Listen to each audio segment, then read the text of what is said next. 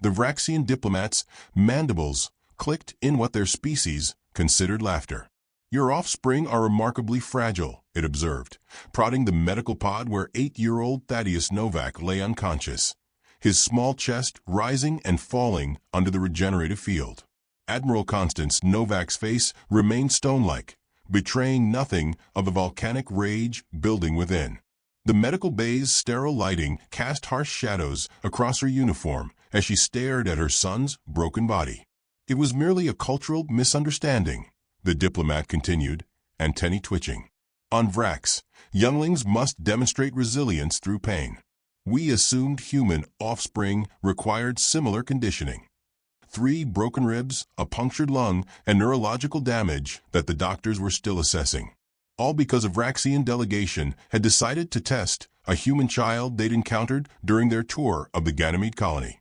Ambassador Kriltak, Constance said calmly, too calmly, "I suggest you return to your ship immediately." "Admiral, surely you understand this isn't cause for diplomatic incident? The Vraxian hegemony controls 17 systems. Earth needs our dilithium reserves. 1 damaged offspring hardly. 1 human child," Constance corrected, her voice dropping to a whisper that somehow filled the entire room. "My son." Behind her, Commander Okafor's hand tightened on his sidearm. The 6 Marines stationed at the door shifted imperceptibly. When no one had heard from the Novak boy for 3 hours, a search had been initiated. They found him in an unused storage compartment, surrounded by curious Vraxians conducting what they called strength assessments. The incident itself might have been forgiven, perhaps even written off as a cultural misunderstanding, as the ambassador claimed. But then the recording surfaced. The Vraxians had documented everything, comparing notes as they systematically increased the force of their strikes against the screaming child, discussing his physiological responses with clinical detachment. "The Vraxian hegemony," Constance continued, "has exactly 12 hours to remove all personnel from human space." Ambassador Kriltak's compound eyes widened, iridescent membranes flashing warning colors. "This response is disproportionate. The hegemony will not be dictated to by." 12 hours, Constance repeated, "after which, humanity will respond appropriately to what we consider an unprovoked attack on one of our children." Later that day, the emergency session of the United Earth Congress lasted precisely 9 minutes. The resolution passed unanimously. It wasn't just that a child had been hurt. It was the recording, the calculated cruelty, the clinical fascination with human pain thresholds, the complete absence of empathy or remorse. As the Vraxian ships departed human space, frantic messages from their homeworld flooded communications channels. They offered reparations. They offered trade concessions. They offered the heads of those responsible. But it was too late. Humanity had drawn a line that could not be uncrossed. In the medical bay, Thaddeus finally awoke, his small hand finding his mother's. "They said I was weak," he whispered. Constance squeezed his hand gently. "No, Thad. You showed more strength than they could possibly understand." As the boy drifted back to sleep, the first human battle fleets were already assembling. The Vraxian High Command never truly believed the humans would follow through, even as reports came in of massive fleet movements at the edge of their territory. The hegemon's advisors assured him this was merely posturing. "Their species is known for emotional outbursts," Chief Strategist Vree explained. "They lack the mandibles for proper reason." 3 days later, the Vraxian colony on Helios 9 ceased all communications. By the time scout ships arrived, there was nothing left but orbital debris and evacuation pods. 10,000 colonists displaced, but deliberately left alive. The message was clear. The humans could have killed them all, but chose not to. Yet, on 17 worlds across the hegemony, Vraxian military commanders watched in disbelief as the most advanced early warning systems in the galaxy simply failed. Human electronic warfare capabilities had been severely underestimated. By the time the true scale of the human offensive became clear, it was too late. In the command center of the U.S. Retribution, Fleet Admiral Daxon Morrow studied tactical displays showing the simultaneous assaults on 5 Vraxian military installations. Casualties, he asked quietly. Minimal, sir, his XO reported. Surgical strikes only. We've disabled their orbital defense platforms, their shipyards, and their command centers. Civilian infrastructure remains untouched. Moreau nodded. And the special operations teams? Deployed as ordered, sir. Operation Consequence is underway. Throughout the Vraxian hegemony, hidden human strike teams were infiltrating the secretive facilities where the aliens bred their warrior castes. Not to destroy them, but to acquire something far more valuable, the complete genetic database of the Vraxian species. On Earth, Dr. Layla Orthuizen made a breakthrough. Analyzing the aliens' biological samples, she discovered something that changed everything. The Vraxians weren't naturally cruel. They'd been genetically engineered that way, their empathy centers systematically eliminated over generations to create the perfect expansionist species. They made themselves into monsters, she reported to the Security Council. But we can unmake them. Meanwhile, young Thaddeus Novak had begun the long process of physical therapy. The neural damage wasn't permanent, but recovery would take months.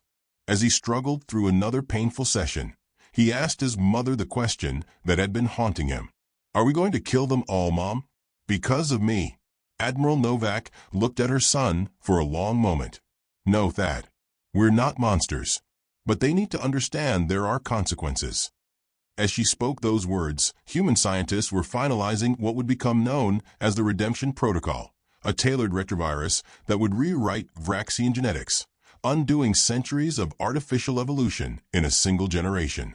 The Vraxians had tried to make a human child stronger through pain. Humanity would now make an entire species stronger through compassion. The Vraxian hegemon's carapace had lost its luster, a sign of extreme stress in his species.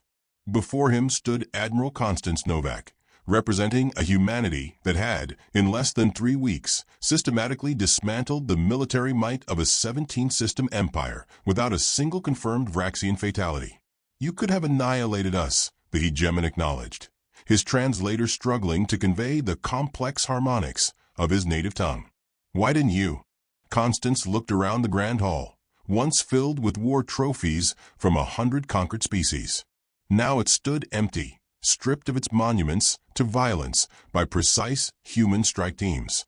Because extermination was never our goal, she replied. Understanding was.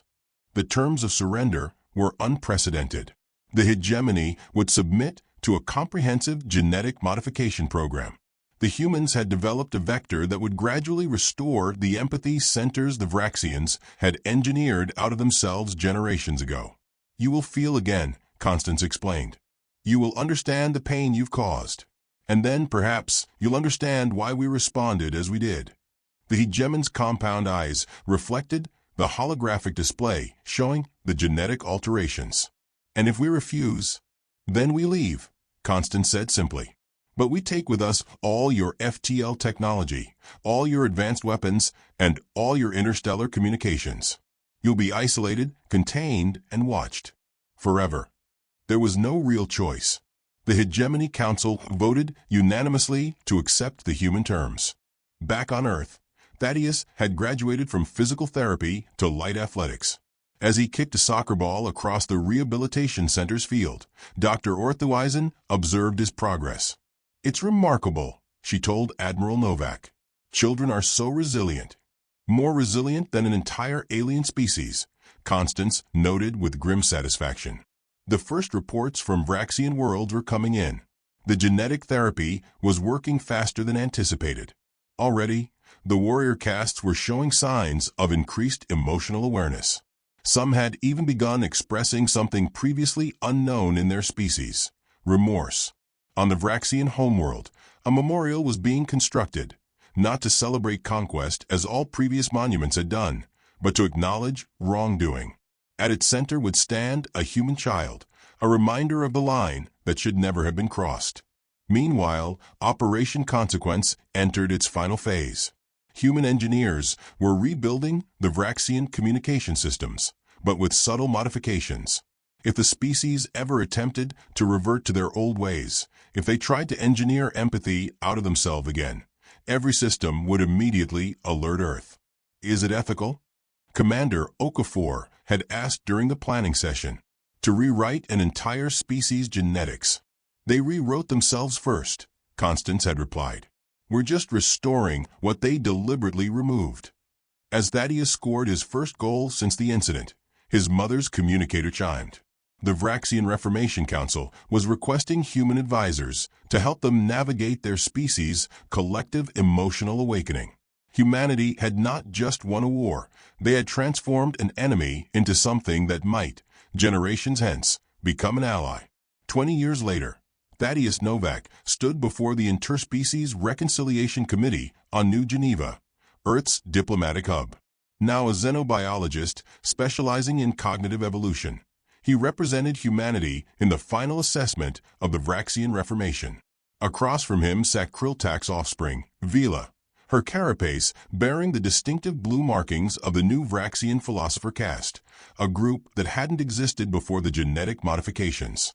The transformation is complete, Thaddeus announced to the assembled delegates. 3 generations of Vraxians have now been born with fully functional empathy centers. Their society has reorganized around principles of mutual understanding rather than dominance.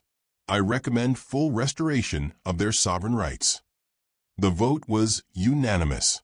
After 2 decades of oversight, the Vraxian systems would regain their independence, though the monitoring systems remained in place, a quiet reminder of what had once occurred and could never be allowed to happen again. Later, at the reception, Vila approached Thaddeus privately. You were the child, she said simply. The one who changed everything. Thaddeus nodded. The scars were invisible now, but he still occasionally felt phantom pains where Vraxian claws had broken his ribs. I've studied the recordings, Vila continued, her voice transmitter modulating to convey deep remorse. Before my kind could truly feel empathy, we couldn't understand why your species responded so comprehensively to the injury of a single offspring. Thaddeus smiled. And now we understand all too well. The thought of anyone harming our own younglings. Her antennae shuddered. We are grateful, in ways we could never have imagined before, that your species chose transformation over extinction. Admiral Constance Novak, now the Secretary General of the United Earth Government, joined them. At 72, she remained formidable, her eyes still carrying the steel that had once commanded the greatest military operation in human history. The universe learns hard lessons sometimes, Constance said. 20 years ago, your species learned that humanity has one absolute line that must never be crossed. Our children, Vila acknowledged. Yes, but we learned something too, Thaddeus added. That true strength isn't shown through how thoroughly you can destroy an enemy, but through how completely you can transform them. That evening, as celebrations marked the full readmission of Vraxian worlds into the galactic community, historians noted the symmetry of it all. A moment of cruelty toward one human child had nearly resulted in the extinction of an entire species. Instead, it had led to their redemption. Across 17 worlds, Vraxian younglings were growing up in a society that valued compassion alongside strength, a balance their ancestors had deliberately engineered away. They would never know the cold calculation that had once led their kind to test pain thresholds on an 8-year-old human boy, just as they would never know how close their species had come to annihilation. As Thaddeus Novak watched the Vraxian delegation depart for their homeworld, he felt the final phantom pain fade away, not forgotten, but finally completely healed. In humanity's darkest moment of rage, they had chosen the harder path, not extermination, but transformation. And in doing so, they had proven themselves the most formidable species in the galaxy, capable of turning enemies into allies, hatred into understanding, and vengeance into justice. One human child had been hurt, and in response, humanity had not exterminated a species, they had redeemed it.